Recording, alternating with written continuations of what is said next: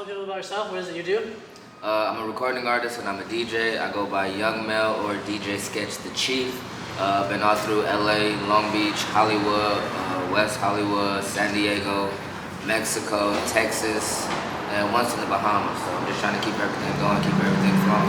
So when did you first get into DJing? When did you first hop on the turntables? First time I got on the tables, I was like 9 years old. Coming home from band camp, I was carrying my saxophone and my trumpet home from band practice. And my dad was setting up some turntables, and I'm like, oh shit, what is this? He's like, that's the next level. And I put the instruments down, and I've been on turntables ever since. So you play wind instruments as well as turntables? Yes. So what would you say is some major differences in like the fans of music and the venues that you perform in? The venues is really selective. Like say I'm doing like a house event, so I'm gonna stick to this genre. If I'm doing like a hip hop reggae event, you have to cater towards those genres. What I like doing is like festivals. It gives you like a wide range of music. I can mix the house with the hip hop, with the reggae, with the dancehall, with the Afrobeat, and it's accepted because there's a plethora of people, there's a plethora of energies there. So I prefer doing things like that over clubs and parties and stuff like that. So as far as learning like actual physical instruments, I'm sure you probably know how to like read music and stuff like that. Yeah. So since you're knowledgeable about reading music and BPMs, are you able to transfer that into your mixes? Like you know what mixes well because of BPM? The BPM, exactly. The BPM is key. Transitioning is key. Starting and cueing. I really don't cue. I like to blend in my stuff, actually feel it, count the beats in my head. 1, 2, 3, then drop. So it's like it's more authentic, it's more real, it's more natural. So would you recommend someone who's starting out to learn how to read music and learn about BPMs, or is it not necessarily something that's needed? I would say the basics, if you don't want to take the time to learn music, because music is getting so much easier nowadays, you can just listen, you can watch the colors on the screen and match it up. I would say best things would be learn BPMs, learn beat matching, learn how to match tempos, learn how to feel the groove before you bring something else in. So it's not really about reading music anymore, unless you're doing like live performances, doing live shows like that. So it's really all about just feeling and knowing the basics. Once you learn the basics, you can mix it up however you want to, and that creates your own style. So other than your father showing you the turntables, what else influenced you? Who else had a big impact on your music style? Big impact on my music style, like me rapping or me DJing?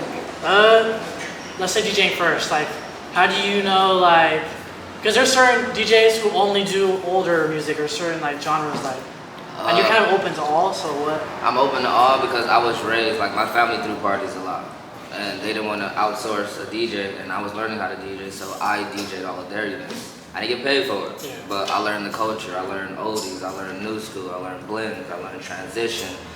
Started learning about reggae and dancehall music just from being around older people with more experience. So I think just being around older people was what I needed to take it to the next level. So did a lot of people kind of help you out on your journey? Are you a lot of self-taught, or did you go to school for this? Or? No, self-taught. Self-taught? Self-taught, hours and hours in that room with the door closed, headphones on. And I started when there wasn't a laptop. It was literally records. You had to flip records, put the needle on it. You had to listen, you had to match it. You had to put a little mark on the record so you had your own natural cue point. But I started from the basics. So you know how to scratch and everything? Oh, most definitely. Most definitely. What would you say, kind of, was there anything shocking when it went from like scratching to all electronic, or like was it hard to transition, or? No, not at all, because scratching was extra. Scratching is the extra thing I did on the side just to make it more fun, make it more lively, make it more myself. But it always comes back down to the basics, just blending the BPM and smooth transitions. So what would you say is your like overall goal? What's your main goal with DJing?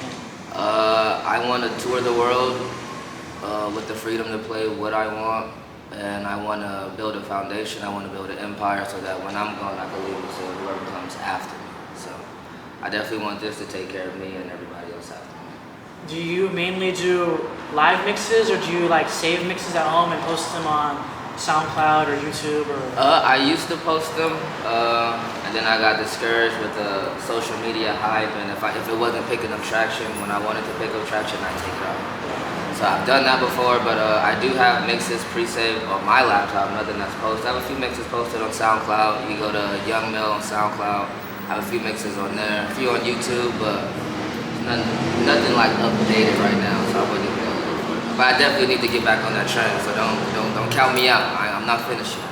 So how did you psych yourself back into the right headspace after being discouraged from not getting the views you thought you deserved or getting the traction you wanted?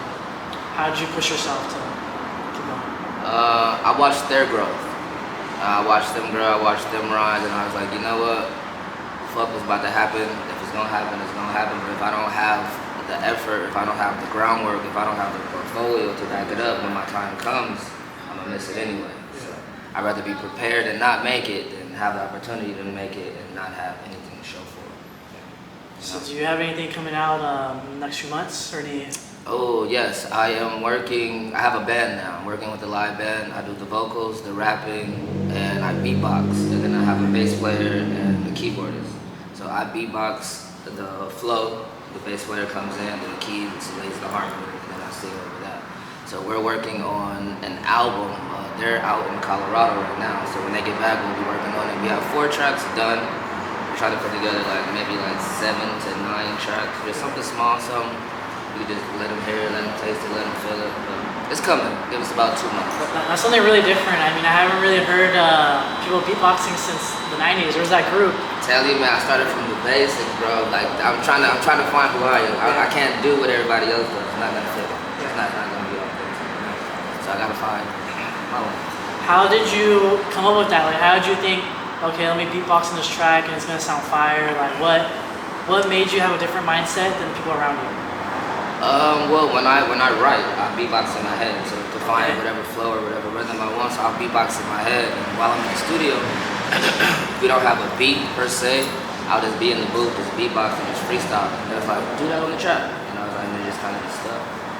So when you go to the studio, do you mainly write? You have something written when you come? Do you punch in, freestyle? Or? It depends. I prefer to write at home, come in ready, but there are times when we're in the studio, somebody's like, here's a beat, I need you to jump on it. Okay, cool, let's get it in right now. So I'll write it down, or I'll jump in, I'll punch every 4 bars or so.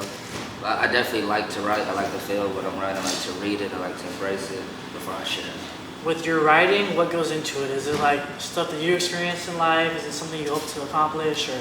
Oh no, all personal experiences. I'm not a far-fetched rapper, I'm speaking from the heart, speaking from the soul, speaking from pain, from love, from hurt, from excitement, from just being a human, but from my perspective. So right now we're here in the SoulMG store. How did you meet Soulja Boy? How did you get involved with all that? Oh, I met Soulja Boy through a casting agency called United Casting Agency. Yeah, these guys right here. These guys right here, United Casting Agency.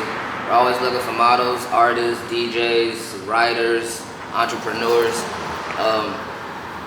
Soulja Boy had the opening for the first shop across the street. They booked me to DJ that. So I DJ'd that one, I met him that day, everything was cool, and then he ended up buying this one, so he had a second grand opening. And he called me back to DJ this one. And I did that one, and I was working the register a little bit too, but I think somebody didn't come in. But since I was DJing behind the register, I ran the register. And he was like, hey man, well, I need somebody to fill in. You open for the job? And I was like, cool. I get to DJ here every day. I get to run the shop, get to network, get to meet new people. Met you, met the bro Ken, you know what I'm saying? So it's all love. So I'm glad I was at the right place at the right time. So is it like a major benefit that you get to kind of perfect your DJing skills here all day? You can kind of play what you want, mix what you want, like? I try to keep it, you know what I'm saying, SODMG friendly. I don't go too far out the box. I know it's still a business. You gotta run the game the way you gotta run the game. But it does open up doors for me. It allows me to stream. I'm streaming. I'm promoting myself. I'm promoting the shop. I'm wearing the merch. So it's all coming together. So what would you say is one of your favorite events that you've done or attended? One of my favorite events I attended would be 3. One of them was it was a BET Awards after show it was this clothing line called Boy. I don't know if you heard it. It's a London brand called Boy. I think it's flipped upside down. I think I've seen it before. It's called Boy. They had their launch party. I DJ'd that with my boy DJ Everready. Shout out DJ Everready. And we opened up for the Migos that night. So that was a pretty big show for me. Another big show was when I went on tour. Went to New Mexico, and it was a festival out there. It was a tour, but it was also during Pride Week. I don't know if you guys are familiar with Pride Week. Yeah. Shout out to that community. I'm not one of them, but I fucks with y'all. Y'all turn the fuck up. They turn the fuck up. So yeah, Pride is always on top. So shout out to Pride for even having me out there. I appreciate you. Have you ever done any DJ battles, like with other DJs? Yes. What was your experience like with that? Yes. The competition is real. The competition is real, but not always. Because some of these people, they're really just a name. So don't let the name discourage you. Actually see them, fill them out, then you go, okay, let me step it up a little bit. But just because they got the followers, the name, that don't be shit. So you would say a lot of them are more like hyped or clouded up than actually like. A lot of them are. I won't say all of them. Yeah. A lot of them. I've been in and out of Hollywood, been out in and out of Long Beach, San Diego, Arizona, West Coast. So it's a lot of hype. Is it hard? It's a lot of recycles too. It's a lot of recycles. Is it hard coming up as a new DJ out here in LA or California? Not if you put the work in, man. Not if you put the work in, and don't set your goals too far-fetched. Don't pick up a controller and be like, okay, I want to be the best DJ in the world. Start doing house parties. Start doing little streams. Start small. Build up. That's how I started. Just start building up and create your own lane, and you can do it. Nowadays, it's easy. If you got a pretty girl sitting next to you during the stream, you're gonna get 100,000 followers right now. You could be trash as fuck, but as long as you work the game right, you can work the game right. But is that even really big DJ? Will that push you to the next level? So it all depends on what you're looking for. Yeah, I'd say organic growth is really hard to accomplish and come by. Anyone can pay their way to the top, you know? Like, exactly, but being organic and sticking with it and respecting the process, because it doesn't always move on your time, it's very difficult. Is there any DJs that you take influence from or inspire you in any way? DJs that I take influence from, it'll be classic DJs. DJ Jazzy Jeff. Yeah, Fresh Prince. Yeah. He's actually a real DJ. He's actually a real DJ. My bro DJ Eveready, he's put me onto a lot of stuff. He's opened doors for me. Met a lot of artists, opened up for a lot of artists, did a lot of major shows, A-listers. So it'll be really just those two. How do you feel the fashion world and the DJ world kind of combine? Like, do you think it's important to be up there in your best gear at all times, or? For the look, yes. For the look and for the aesthetic.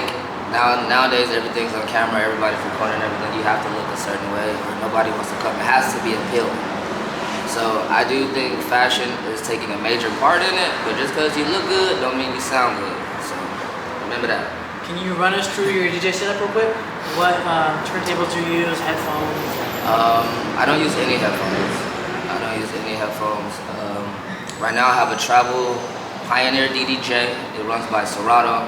And when I do events, I use turntables, Techniques, 1200 Techniques. I flip records, Serato records.